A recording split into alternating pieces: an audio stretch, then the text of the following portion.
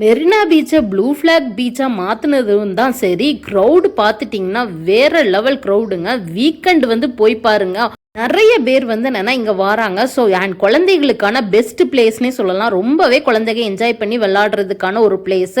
அப்படியே மண்ணை குனிஞ்சு பார்த்தா ஒரு குப்பை கூட இல்லைங்க. அங்கங்க டஸ்ட்பின்லாம் வச்சிருக்காங்க. ஸோ எல்லாமே என்னன்னா நீட்டாக செட் பண்ணியிருக்காங்க.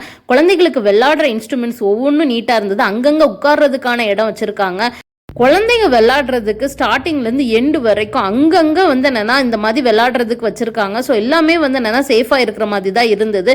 குழந்தைங்களும் நல்லா சேஃபாக விளையாடிட்டு இருந்தாங்க. அண்ட் அப்படியே இந்த போர்டில் பார்த்துட்டிங்கன்னா 12 வயசுக்கு உட்பட்ட குழந்தைகள் மட்டும்தான் இது அலோடுன்னு மாதிரி போட்டிருந்தாங்க. ஆனால் எங்கே நீங்கள் பாருங்கள், 12 வயசுக்கு உட்பட்ட குழந்தைகளாக ஆடிட்டு இருக்காங்க.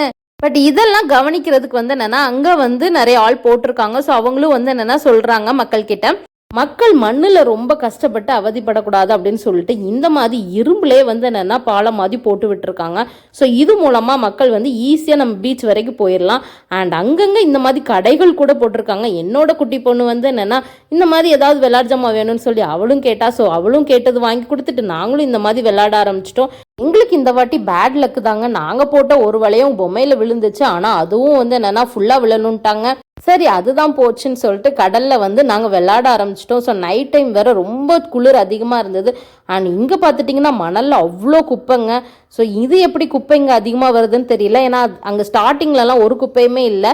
இந்த ஃபவுண்டனில் தண்ணி தான் இல்லை. இந்த என்ட்ரன்ஸ் வழியாக பார்த்துட்டிங்கன்னா ஹோல் பீச்சே அழகாக தெரிஞ்சது. இந்த வீடியோ யூஸ்ஃபுல்லாக இருந்ததுன்னா லைக் அண்ட் சப்ஸ்கிரைப் பண்ணி வச்சுக்கோங்க.